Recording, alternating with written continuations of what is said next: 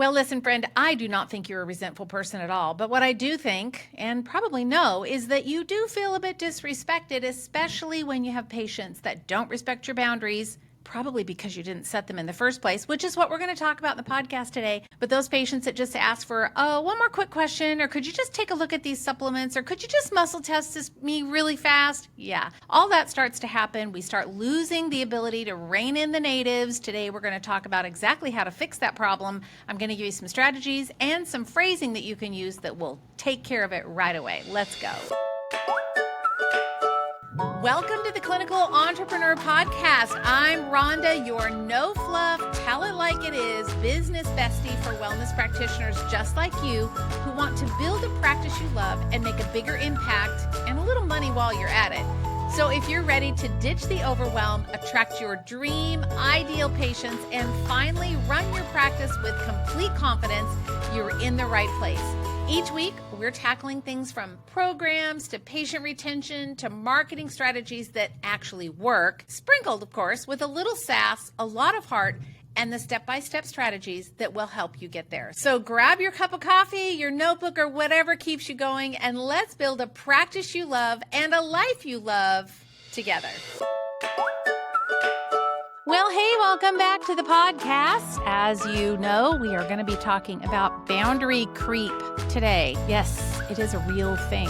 And I think we've all had it happen. I can't tell you how many practitioners I know that have said over the years, like, oh yeah, I give them, my patients all have my cell phone. They can call me if they need anything, blah, blah, blah. Thinking, oh my gosh, this is a setup for a weekend, text message in the middle of dinner or while you're at church or something like that. And then you're distracted and you're thinking about them and not what you should be focusing on. It's a no. Don't do that. So today we're going to talk about why that happens and how we can kind of rein it back in so that it doesn't become a problem in the future. Because when you lose your time like that, I would argue that you're not providing the best care possible because there's always going to be questions that you don't get answered. They're just on the fly. I'm going to give you a couple of examples. It just happened to me not very long ago. And here it is, secret. Listen, I'm not dissing Practice Better. I use it and I love it and I'm happy. But I'm telling you that chat function inside Practice Better, if you're not using it, that's fine. But for those of you that are, I'm telling you that chat function, having patients have ready access to you has got to have some other boundaries on it because it's like a runaway freight train sometimes. So I'll share with you what happened recently and how I missed a very important clinical clue because I allowed the patient to chat with me in there thinking, oh, this will just be real easy and real simple. And I let it get too far and then I couldn't rein it back in. So we'll talk about that in a minute. But I just know that this becomes a big problem. In the beginning, when you start out, it's easy. You give your cell phone. You're like, yeah, I'm here for you. You've got plenty of time. You can do it. I've kind of talked about this on the podcast before. But then we get busier and busier and busier. And then people realize, and this is the sad part, is that they realize that if they can ask you a question, they just save themselves some money and they don't have to pay for an appointment. And it's kind of like the 3-year-old that's smarter than you. Yeah, it's kind of like that. They're thinking about it and you're just over here, pardon the expression, but fat, dumb, and happy, doing your thing, providing your clinical expertise to everyone who wants it. And they just come in so sweetly and they just ask a quick question. And before you know it, that's what happened to me. Not the first time. Before you know it, that train has left the station. It is so far down the tracks and you don't even know where you started or what happened. So that's what we're going to talk about is how do we rein this back in? So the problem is that we actually give them over access. It's not that we're over giving, it's that we give them too much access. And one of the things is that technology has kind of removed some of the friction. And it started back when we all had cell phones. And so you could just give them your text number. Well, now we end up with Practice Better, where they can just access all the time. And sometimes some of you may have virtual programs. You may have like a course or something that you offer, where you give them like back-end access, or they always have access to you through the portal. Like some of the CBA people have this. And I'm not saying it's bad or wrong. I'm not saying that at all. I'm saying we have to be intentional about keeping an eye on it, because if we don't keep an eye on it, that thing's going to run away from you. And the patients are smart. They're smart. They know exactly what they're doing. They're trying to bypass an appointment. You lose revenue and they don't get as good a care. It's just what happens. So with Practice Better, and I've talked about this before. I use it. I love Practice Better. But when we start to have to put these boundaries in place, whether it's the chat function on Practice Better or even patients that feel like they can email you, some of you give out your email. And so then you're emailing back and answering questions, and let's just adjust this protocol, adjust that protocol. When you're doing that kind of stuff, it erodes your authority, it erodes your credibility, and it gives the patient an inferior result. So we don't want to be cold, we don't want to be uncaring, and we definitely don't want to be unresponsive, but when we give them easy access, it oftentimes confuses value. Let me say that again. When we give the patient easy access, it confuses the perceived value. So they don't value what they get in your one-on-one as highly because they know I can talk to them, or I can just message, I can just send an email, I can just call. It erodes the value of what you provide. And I'm here to say it's not easy to create these kind of boundaries. It is just not easy. I get it. First, we start to get a little irritated, and I can talk for me. I'm sure all y'all are just like saints when it comes to this, but sometimes I just get a little irritated, probably more than a little, and I get irritated. And then I start dreading the notifications that come through. You have a message in Practice Better, or my staff will send me a message. Hey, we just got this email from so-and-so. And the people will send me DMs about their whole history. Every kind of detail about Aunt has breast cancer and she had this test and that test and we're doing this and we're giving this and now she has these and here's her blood labs and and they give them all to me on a DM. Because why? Because people don't want to pay for an appointment. And I've had to learn, I'm not 100%, but I'm so much better than I was, but I've had to learn how to very kindly say, I'd be really happy to help you, but we need to do that in a way that I can protect your information, because sharing all of that stuff on a DM on Facebook and Instagram, never a good idea. But really, my number one priority is to provide the best care that I can, and I can't help them if I'm doing it over messaging. In what world do we think that that's okay? It's not okay. So what happens is I then get back to my story. I get kind of defensive. I get a little bit resentful, and then I don't answer them. That's my MO. I'm like, I'll just wait a couple days. Maybe they'll go away, forget. And then it starts eating on me because that's not who I am. I'm not that way. I really do want to help. And then I realize that they're not respecting the process. So I might email back or respond back in a text or something and say, hey, listen, here's where I just have one more question. Just one really quick question. There is no such thing as a quick question unless it's a straight yes or no answer. There is no such thing as a quick question. So I don't know about you, but if you've had that happen, we have to stop this craziness. We just absolutely have to stop this. So it's not that the patients are bad. They're not bad. They're just responding to what's available. It's like a 2-year-old with no boundaries. And I'm not saying your patients are 2 years old. Gosh, I'm saying all kinds of things that could get me in trouble here. Don't take this out of context. But it's like you have a child and you don't have solid boundaries for them. Like, we eat dinner at the table. And so your kiddo knows that this is where food lives, is at the table.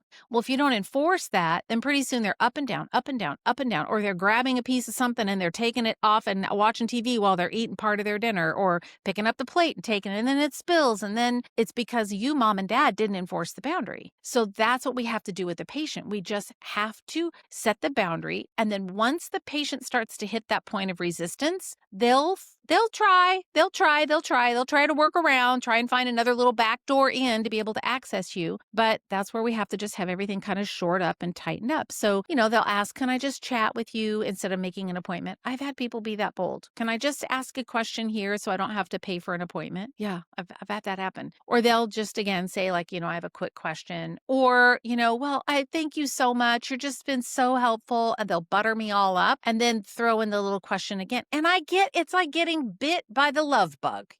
I just like, she's so nice. I'll just answer really fast. No, stop it. Don't do it. And then what happens is then I try and start to over-explain, because then I'm trying to like make it better. I realize what I've done. And then I go into probably a little bit of, I don't know, maybe passive aggressive. It's probably not it. But, I start to kind of over-explain. And then they get more information than they asked for. And then they're thinking, oh, wow, this is really great. I'm really getting a whole bunch of information. It just blurs all the lines in all the places. So how are we going to fix this? Let's talk about it. We are going to fix this by some very clean clean language. So if you have a pen and paper, you might want to jot these down because these are going to be home runs for you. So I have a whole bunch of them. I'm just going to read through them, and you can stop, you can rewind, you can save this episode. In fact, you should like, save, subscribe, leave me a review, all the things. If you listen regularly, please take a minute and do that. It really does help. It moves the podcast up in Apple and Spotify. So here's some phrases that you can use. There's some you can use just like super simple, which is,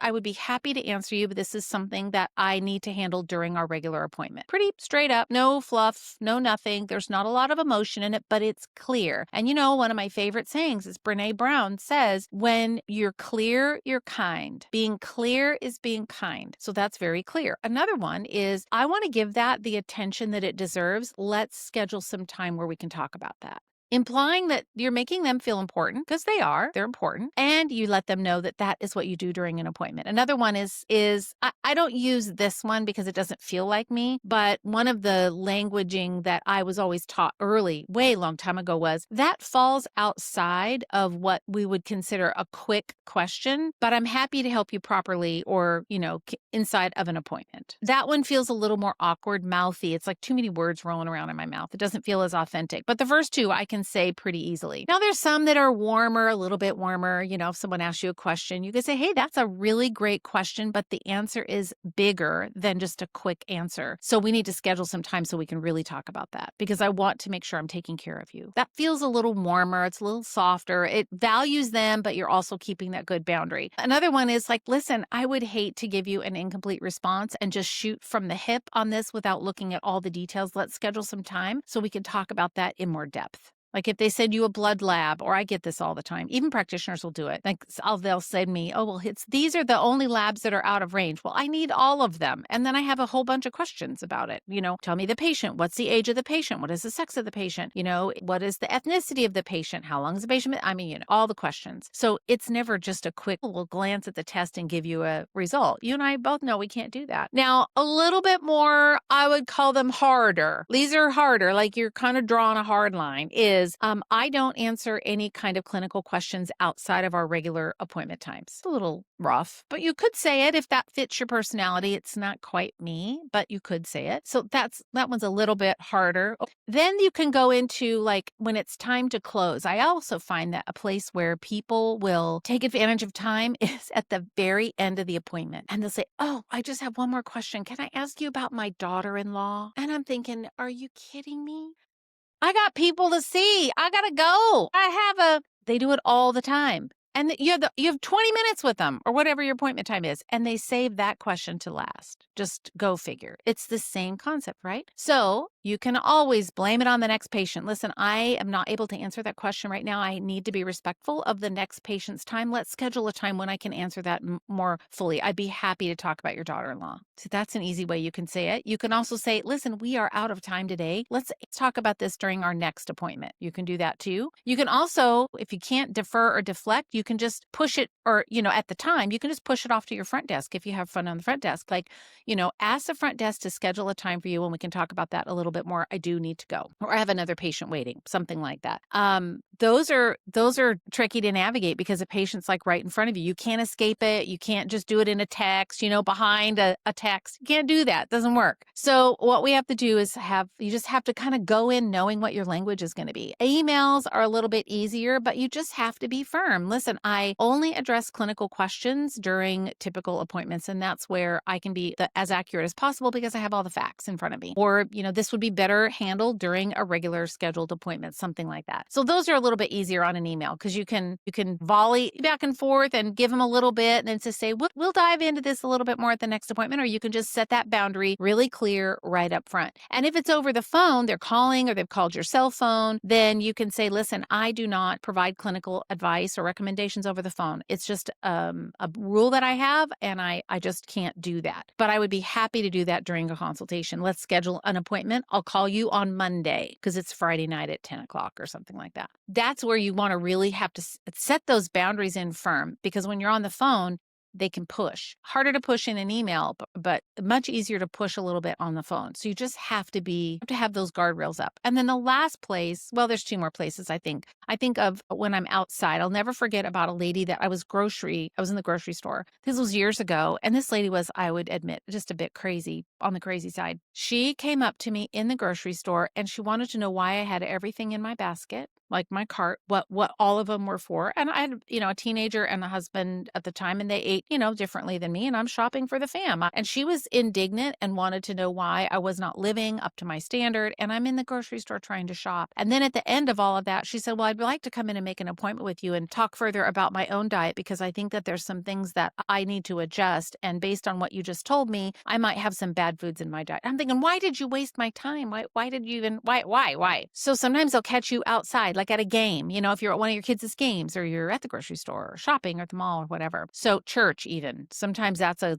hot spot right there. So again, you just kind of set those boundaries and say, this is not something that I don't do this outside of my office hours, because I don't have my clinical hat on. I've got my like weekend dad hat on or mom hat on. I'm not in that space. So I'm not going to be able to help you that way, but let's figure out a time when you can come in and we can talk about it. It protects the relationship and it protects you too. Because I do know, like if I'm off work, you know what I'm talking about? Like even when you're a virtual like I am, if I'm home, I'm thinking about home things. I'm thinking about my meals, or I'm thinking about my husband or my kids or travel or whatever. I'm not thinking about clinical thing. I can't shift that quickly. I don't want to shift that quickly, I should say. So I'd rather protect the relationship, but also honor my time and make sure that I'm doing a really good job. And when it happens in the waiting room, that's the other area. Like in the waiting room, you go out to get them or you're walking them back out front and I just have one more question. Same thing. But you can always say, I am not able to discuss any kind of details out here in this open public space, but let's schedule a time for you to come in and we can talk about it. So all these different scenarios are places and ways that you can start to enforce those boundaries. If you have a patient that kind of,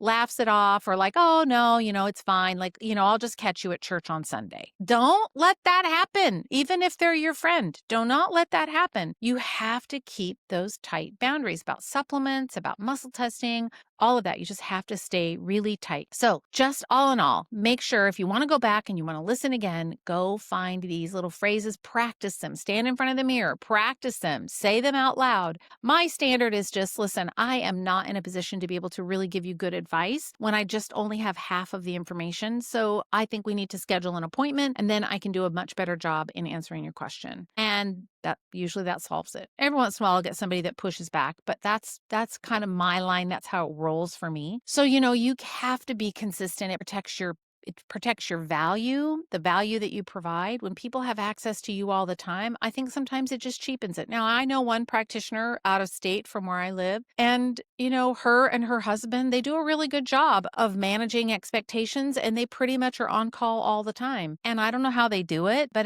they're busy, their practice is busy. And from what I can tell, there doesn't seem to be any boundary creep, but yet for me, that's a boundary creep. So if you're listening and you think, no, I'm totally fine with them having my cell phone and messaging me all the time. Okay, great. If that lands for you, you go, you do you. I'm just saying I'm here to protect your time, to help you protect your time, protect your profit, because every time that you're giving away free information, you're not putting them in a container wherewith you have all the facts, you have all the knowledge, you have the chart right in front of you. You're looking at the history, you're looking at their medications, you're looking at their last 2 or 3 supplement protocols to figure out what you need to do next. When you're off the cuff providing these kind of clinical recommendations, you're not going to do as great of a job. And I don't want that for you. So it impacts your profit. I don't like that. So here's what I want you to kind of take away from our conversation today. First of all, if you're uncomfortable about this conversation, it probably means that you need to tighten up your boundaries a little bit. You've probably given away a little bit more than you needed to. And it isn't because you're doing anything wrong. It's just a slippery slope. We start creeping across all the lanes on the freeway and being all things to all people. And before we know it, we're answering more questions on Practice Better Chat,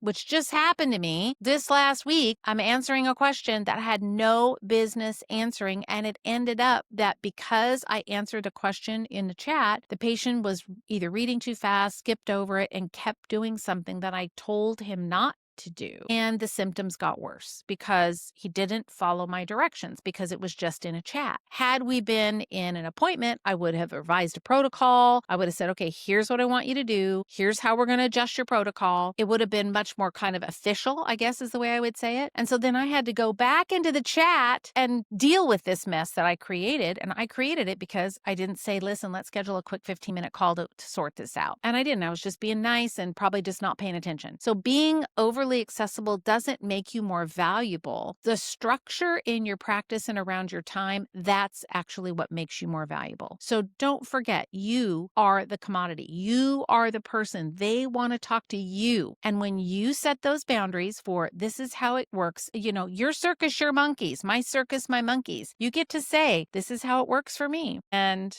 I'm happy to help you, but this is how it works for me. And it's okay. And if they don't like it, bye-bye, because those are people that are going to encroach those boundaries and they're going to push and they're going to push. And I know it's not everyone. Most people are really respectful. But if you don't think about it now and you don't have that language rehearsed in a way that just gives you the split second ability to draw on that language and use it when you need to, you're going to fumble around. And then pretty soon you got a disaster, just like what happened to me this past week. I'm speaking probably more to myself than I am to you, because I'm sure you guys all have this all figured out. I'm sure of it. Anyway, that's all I got for you this week. Thanks for hanging out with me. Again, I say it every week, but I so appreciate you. Thank you for all the positive feedback I get. You send me emails and lots of love, and I love you all. Thank you so much. I'm here for you. I am committed to helping you grow a successful practice, both clinically and in business, and to do it with you, not just give you a bunch of information and say, okay, go. I'm really here for you. I want to support you and help you however I can. Have an amazing week. I'll see you next week back on the podcast.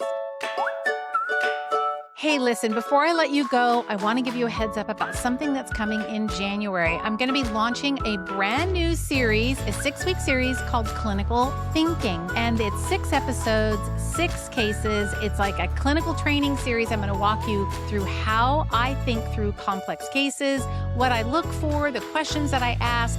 And let me tell you, some of these are full of some serious mistakes. Like I totally missed it. One of them, I missed it real bad. So this is the real version, the real me. And I'm going to just pull back the curtain. I'm going to show you. But these are tough cases. I'm going to let you know how I think about them. I think you're going to really love them. So we're going to do it for 6 weeks. It all starts January 6th, the first episode of 2026. And so make sure that you're subscribed so you don't miss the notifications when we go live or when the podcast releases. And I'll see you next week for my end of year episode. And then we're going to kick off 2026 together. All right, friends, have a great Christmas. I'll talk to you soon.